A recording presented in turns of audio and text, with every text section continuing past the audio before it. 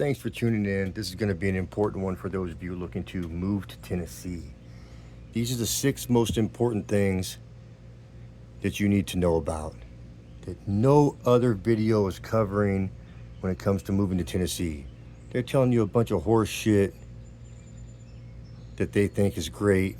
They're not being really upfront and honest with you. Here's the truth.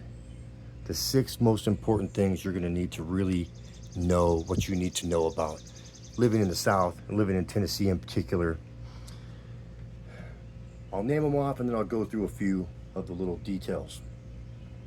The Lord, the law, the lawn, the heat, the healthcare, and the bugs. Number one, the Lord. If you don't love the Lord, if you don't go to church, if you don't worship, if you don't believe in Jesus, you don't believe in God, you're an atheist, well, this is not the place for you to be, okay? You're going nowhere living in Tennessee without being connected to a church. It's almost like living in California and you're riding a motorcycle and you kind of have to be connected to a motorcycle club in a way.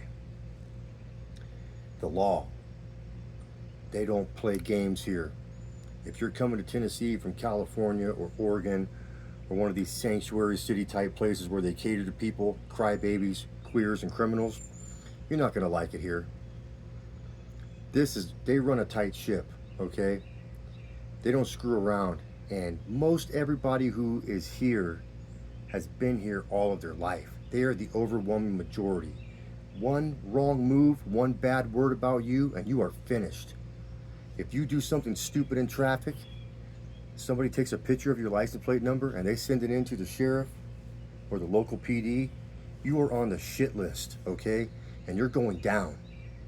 They will make sure that they keep a close eye on you. When I moved into my house, they went back and forth by my house 4 times a day, checking me out until I was finally out in the front yard one day. And I waved to him, hey, how's it going? And he stopped and looked at the house and he said, hey, nice job. Doing a really good job at that place. It looks beautiful.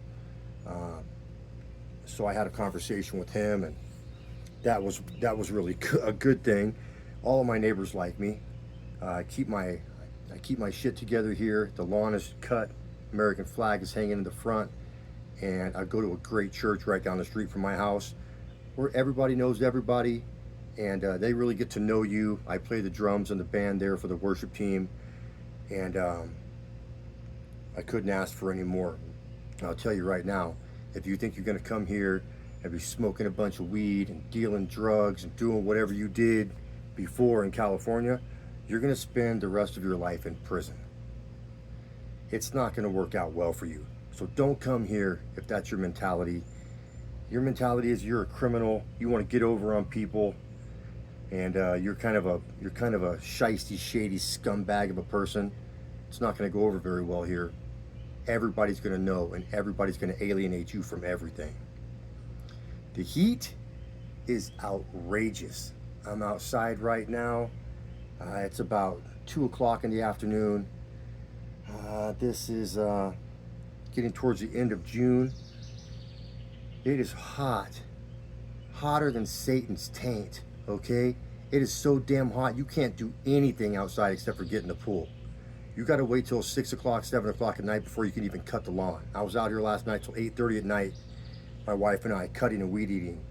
And still, both of us were drenched in sweat and covered in bugs, okay? If you don't like bugs, you get bit by mosquitoes and you don't like bugs, this is also not the place for you. You're going to spend the majority of your time swatting and snapping and slapping and flapping around looking like you're having a seizure, because the bugs are going to eat you alive, okay? It's pretty gnarly. But they do have the little glow flies, lightning bugs. My wife and I sit on the back porch every night, spray ourselves down with bug spray, and we sit out here and we watch lightning bugs for about an hour in the evening. It's a really nice little treat. But then we start getting eaten up by mosquitoes. The spray doesn't even work.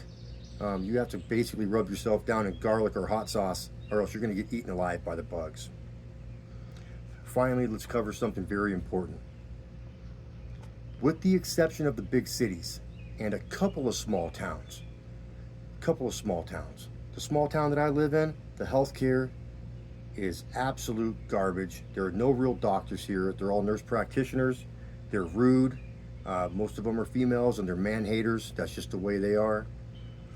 If there's anything wrong with you, they can't deal with it. They can't prescribe you anything that you need. You got to go see somebody else, and they're going to give you a blast of shit and try to make all kinds of accusations, and you're not going to get anywhere. You're just going to have to forget about it. You're going to have to drive all the way to Nashville to get a real doctor. Okay, now I got lucky. I dropped my healthcare provider and I went looking for somebody else, and I got really, really lucky to find a great doctor not too far from my house. I really lucked out. They were only taking new patients for 3 days, and I got lucky and called on the second day they were taking new patients. With the exception of Nashville, and they have a great hospital in Murfreesboro. Murfreesboro is the closest big hospital to me that is really good. It's about 45 minutes from my house. Cookeville is next to me, and their healthcare system is absolute garbage. They don't know what they're doing. They're not educated. They're not professional. The establishments are dirty, and the people are rude. If you have any serious healthcare issues, you might want to really pay attention to where you're going to be. I did not want anything to do with living in the city. I live in a neighborhood, but in a very, very small town in Sparta, Tennessee. And unfortunately, the healthcare is no good here. Not very good. So those are the things you're going to want to pay attention to. If you think you're moving here because of the cost of living, and that's really all you're looking at, you need to look someplace else, because that's not going to get you very far here. And the inflation is on the rise here as well. Even since we've been here for 6 months, and the first time we went grocery shopping, we were pretty impressed with the prices. And now I notice things are going up. Even at the Dollar General, you go in there and you're like, what the hell? Are you kidding me? $4 for a box of Velveeta shells? It's outrageous. The prices are going up, and because they talk about inflammation, see, my knee is inflamed. Because they talk about inflation, I think people just jump on the bandwagon and start raising the prices right away. And if you are from California or some other place where people think that you have money, most of the people who move here have sold their houses for $600,000 or $700,000 or $800,000, $900,000, and they move here and they buy a nice little house for $350,000, and they got a lot of money in the bank. Every person you come in contact with that you need something done, you need a fence built or something of the sort, and we built that fence right there ourselves. It cost $2,000. The guy came out and gave me a quote for a fence just like that, what you see over there, that black chain link fence, $5,400. I got him down to around $4,000, and it was going to be a cheap silver chain link fence that is wobbly. It's a piece of shit. It's certainly not worth $4,200. You're going to have to be handy, and you're going to have to know how to do some things on your own. That's all there is to it. You call somebody to come and look at that tree that's cut down over there. It took me 3 months to find somebody. And it wasn't until I finally mentioned it to a friend I went to church with that he said, oh man, here, call this guy. And I called this guy, and he came over the same day and looked at it, and he said, you know what, when the weather gets drier in a couple of weeks, when it's dried up a little bit, I'll come and cut that thing down. A couple of other people told me they'd come out to look at it. They didn't show up. One guy showed up, and he wanted like $1,900 to cut the tree down. And I said, that's cool, bro. Just take a hike. This conversation's over. So you have to know people. You absolutely have to know people. If you don't have an in circle, you're doomed.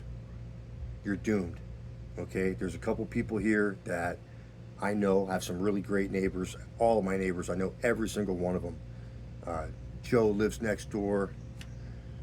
Got some friends in the back over here, some friends in the back over there. I know every single neighbor except for 2 of them. The 2 that don't go to church. They don't talk to anybody. They've got like 2 friends that they work with. Nobody accepts them, and they won't even say hi to me. They just keep their head down, mind their own business, and go back inside. This is the Bible Belt. So again, if you're not down with Jesus, don't move down here. Just stay where you're at. You're gonna be much happier where you're at. You do not smoke weed here. It is not legal. It will probably never be legal. And that's just all there is to it. So you'll have to find some other means of whatever it is that you like to do. People don't even drink very much here. I probably had, in 4 months, I've had a 6-pack. My neighbor down the street will have a beer together and watch a movie. But it's not like California at all. And if you want to maintain that lifestyle that you have there and you think you're going to move here with that, you're not going to be happy. And you're going to end up wanting to move someplace else. You just can't do that here. It's unacceptable.